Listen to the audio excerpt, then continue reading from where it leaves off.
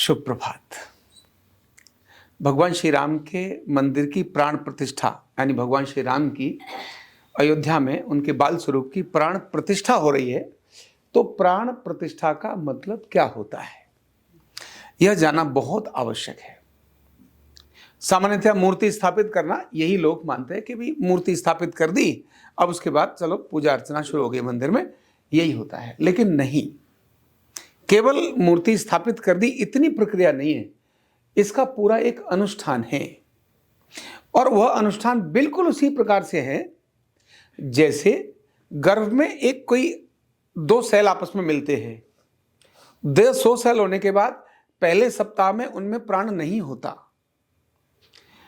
उसके अंदर एक निश्चित समय के बाद उस बालक में, यानी वो जो अभी जाइगोट है, वो जाइगोट धीरे धीरे क्या बन जाता है, जीवंत बन जाता है।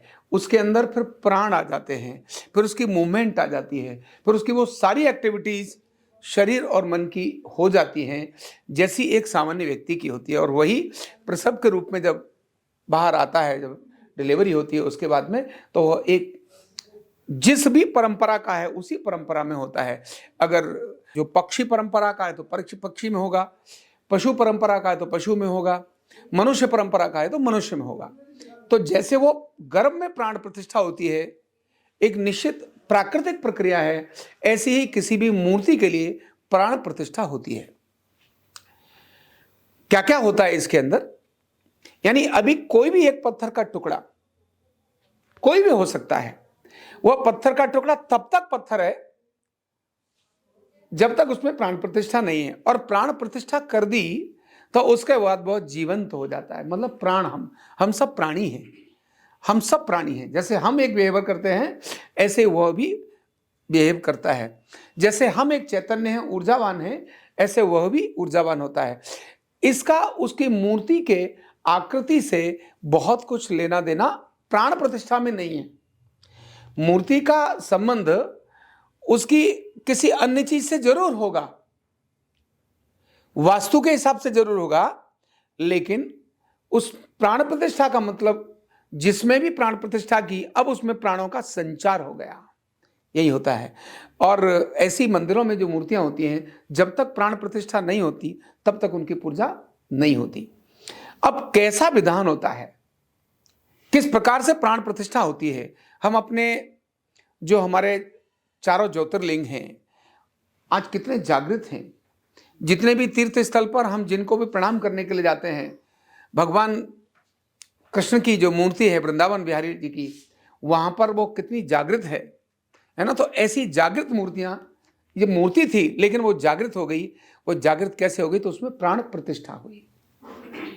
क्या प्रक्रिया होती है प्राण प्रतिष्ठा की, तो किसी भी ऐसी मूर्ति को या शिला को जिसको किसी निश्चित प्रकार से तैयार किया हो या जिसको माना हो कि यह हमारे, हम इनको ये मानते हैं, पहले उसको मानना कि हम इनको इस स्वरूप में मानते हैं, स्वरूप की प्राण प्रतिष्ठा होती है। तो उसमें आप किसी देवी देवता का स्वरूप देख सकते हैं, या आप किसी भी उसका स्वरूप देख सकते हैं, कोई भी स्वरूप। जैसे शालिग्राम है ना, अब उनको देखें तो पत्थर नजर आते हैं, लेकिन प्राण प्रतिष्ठा के बाद वही शालिग्राम जागृत हो जाते हैं। शिव जी की मूर्ति है ना, वो जब तक तो देखें तो किसी भी गंदगी का कोई भी पत्थर ऐसा हो सकता है, लेकिन प्राण प्रतिष्ठा होने के बाद वो जागृत हो जाता है। तो उसकी प्रक्रिया क्या है, प्राण प्रतिष्ठा की प्रक्रिया क्या होती है। प्राण प्रतिष्ठा की प्रक्रिया में पहले जिसको भी हमने प्राण प्रतिष्ठा करनी है उस मूर्ति को तलाशते हैं, उसका एक निश्चित स्थान रखते हैं। उस स्थान से पहले उसको पूरा अनेक सारे वैदिक मंत्रों के उच्चारण से, वहां पर उसके अलग अलग विधि विधान से, जैसे उनको स्नान कराएंगे, उनका चंदन का लेपन करेंगे, उनको वस्त्र धारण कराएंगे। लेकिन इस सारे के समय तक उनकी आंखों पर क्या होती है, पट्टी होती है। तब तक प्राण नहीं है, तब तक कैसे माने प्राण आ गए, तो आंखें जैसे खुलती हैं तब प्राण पता चलता है। एक व्यक्ति मरा हुआ और जीवित है कैसे पता चलेगा, जब वो आंखों से ऐसे ब्लिंक करेगा तो पता चलता है। तो आंखों की ज्योति, इसीलिए ज्योति यानी नेत्रों को देखते हैं, भगवान के या किसी के भी नेत्रों को देखते हैं। तो आंखों पर पट्टी बांधी होती है एक काले रंग की, और उस मूर्ति को अनेक प्रकार के मंत्रों से, वैदिक मंत्रों से उच्चारण करके उसको जागृत किया जाता है। उनको बिल्कुल उसी प्रकार का व्यवहार किया जाता है जैसे किसी एक जीवित व्यक्ति के साथ किया जाता है। उनको पूरा उसी प्रकार का भोग लगाएंगे, उसी प्रकार का आह्वान करेंगे, और इसी तरह से सभी देवताओं का आह्वान करते हैं उस समय पर। उससे उनकी शुद्धता करते हैं, देवताओं का आह्वान करते हैं, प्रार्थना करते हैं, भावना के साथ आह्वान करते हैं। और इस सारे को करने के लिए एक व्यक्ति होता है जिसको हम यजमान बोलते हैं, जो उसको मेन प्रमुख यजमान बोलते हैं। वो एक निश्चित प्रकार की खुद की साधना करता है, खुद की साधना करता है, उपवास रखेगा। उस दिन की उसके अंदर की आंतरिक भावना उस प्रकार की होगी कि मैं इनको अपने अवतरित कर रहा हूं, और प्रार्थना करेगा, परिवार सहित निवेदन करेगा। यह पूरी एक प्रक्रिया उसकी होगी। साथ में अनेक सारे लोग वैदिक मंत्रों का उच्चारण कर रहे होंगे, और जब ये सब हो रहा होता है उस मूर्ति के लिए, उस मूर्ति के अंदर वाइब्रेशंस पैदा हो जाते हैं, और आखिर में जब उनको अपने स्थान पर स्थापित कर दिया जाता है, विधिवत स्थापित किया जाता है, स्थापित करने के बाद आखिरी की प्रक्रिया होती है, और वो होती है उनकी आंखों से पट्टी को खोलना।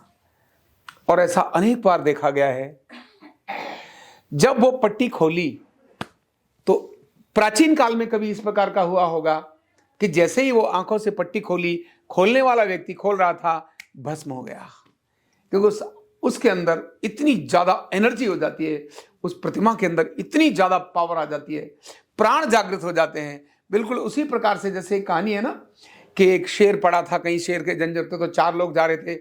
एक ने कहा मेरे पास बहुत ताकत है कि मैं इस सारे पिंजरे को इकट्ठा कर सकता हूँ। दूसरे ने कहा मेरे अंदर ताकत है कि मैं इसके अंदर इसकी जो चमड़ी वगैरह बना सकता हूँ। तीसरे ने कहा मैं प्राण डाल सकता हूँ। तो उन्होंने कहा ठहर भाई, उन्होंने कहा जैसे ही उसमें प्राण डाले, वो शेर था जो अभी उसकी हड्डियां अलग अलग थी, वो खड़ा हुआ और प्राण आते ही वो अटैक करने का काम कर दिया। ऐसे ही जब उनके अंदर प्राण आते हैं तो ऐसा अनेक बार हुआ कि वो सामने जो शीशा, यानी जब पट्टी खोलते हैं तो पट्टी खोलते समय स्वमुख दिखाते हैं, अपना ही मुख दिखाते हैं, शीशा रखते हैं सामने। पट्टी खोलते समय उनके सामने दर्पण रखते हैं जिससे कि वो अपना ही देखे। और ऐसी अनेक बार घटनाएं हुई हैं, जैसे ही उसकी पट्टी खोली दर्पण टूट गया। इतना आंखों का तेज, दर्पण टूट गया। जागृत इस प्रकार की जो मूर्तियां हुई हैं, ऐसी प्राण प्रतिष्ठा उस मूर्ति के अंदर, क्या प्राणों की प्रतिष्ठा। अब वह ऊर्जान्वित है, अब वह जागृत है। हमको भौतिक रूप से बेशक उसकी गतिविधियां नजर ना आ रही हों, लेकिन अभौतिक रूप से उसके अंदर बहुत तगड़ी गतिविधियां होती हैं। जैसे ये मोबाइल आपको ऐसे ही नजर आ रहा है, लेकिन रिचार्ज करने के बाद ये सैटेलाइट से कनेक्ट होता है और आप फोन कर सकते हो, और जब तक रिचार्ज नहीं है तब तक ये कनेक्ट होगा नहीं होगा। ठीक इस प्रकार से ये तो छोटी चीज है, वह तो बहुत अद्भुत है। बीज मंत्रों से जब चार्ज किया जाता है उसको, तो उसके अंदर सुपर पावर आ जाती है, बहुत तगड़ी पावर आ जाती है, और उसके सामने जो जैसी प्रार्थना करता है वह मनोकामना पूर्ण होती चली जाती है। आप सोचिए, ऐसी प्रक्रिया जिन प्राण प्रतिष्ठाओं की होती हो, वह भगवान श्री राम का बाल स्वरूप, जिसके लिए लाखों नहीं करोड़ों लोग इस देश और दुनिया में लगातार साधना कर रहे हैं, वर्षों से साधना कर रहे हैं। और उस समय तो सारा देश, ठीक 12 बजे का जो समय निश्चित किया है, उस समय तो सारा देश और दुनिया मंत्रों के द्वारा गुंजायमान होगी। सारी दुनिया उस प्रतिष्ठा के अंदर जिस समय पर सक्रिय होगी, सोचिए देश और दुनिया के अंदर वाइब्रेशंस किस प्रकार के होंगे। और वो जो मूर्ति है भगवान श्री राम की, वह बाल स्वरूप की, उस मूर्ति के अंदर कितनी ताकत होगी, क्योंकि उसको पूजित करने वाले तो सिद्ध महापुरुष आ रहे हैं। सिद्ध जो बड़े साधना वाले हैं, जिन्होंने बड़ा त्याग किया है और जो भगवान से डायरेक्ट कनेक्ट हैं, ऐसे लोग जो उस परंपरा के हैं, जिनके गुरुओं ने ही उनको ऐसी ब्लेसिंग्स दिए, ऐसे लोग जो गुरु से ही अवतरित ही उसी काम के लिए हुए हैं, ऐसे लोग। और स्वयं हमारे देश के वो महान व्यक्तित्व प्रधानमंत्री, वह उसके मुख्य यजमान हो, वो अपने आप में एक बहुत बड़ा साधक है, बहुत बड़ा भगवान श्री राम का और शिव का भक्त है। ऐसा एक श्रेष्ठ साधक जब उसका यजमान हो, जब उसका मुख्य आराधना करने वाला हो, जब उसका आह्वान करने वाला हो, उसके लिए प्रमुख उसका सेवादार बना हो, ऐसे में, और वो स्थान भी अयोध्या, जिसके बारे में मैंने कल बताया था, उस दिन की प्राण प्रतिष्ठा तो हम सब के दुनिया के लिए एक बहुत अलग और कल्याण की प्राण प्रतिष्ठा होगी। तो ऐसी अद्भुत प्राण प्रतिष्ठा निश्चित ही इसके बाद हम भगवान श्री राम के दर्शन करेंगे तो वो पावरफुल दर्शन होंगे। वो मूर्ति अपने आप में एक जागृत और बोलने वाली मूर्ति ही होगी। बहुत बहुत धन्यवाद। कंधा दर्द, गर्दन दर्द, कमर दर्द, गैस, एसिडिटी, माइग्रेन बहुत सारे रहते हैं और अगर घुटनों की बीमारी आ गई तो एक एक कदम पहाड़ जैसे लगने लगता है और जिंदगी बोझ बन जाती है। बीमारी की कोई उम्र नहीं है। आरोग्य पीठ लाया है बिना दवा, बिना साइड इफेक्ट के इतनी भयंकर बीमारियों को रिवर्स करने का जबरदस्त तरीका, वेलनेस न्यूरोथेरेपी। तो देर किस बात की, अभी फोन उठाओ, कॉल करो और अपने रोगों से, अपनी बीमारियों से परमानेंट छुटकारा पाओ।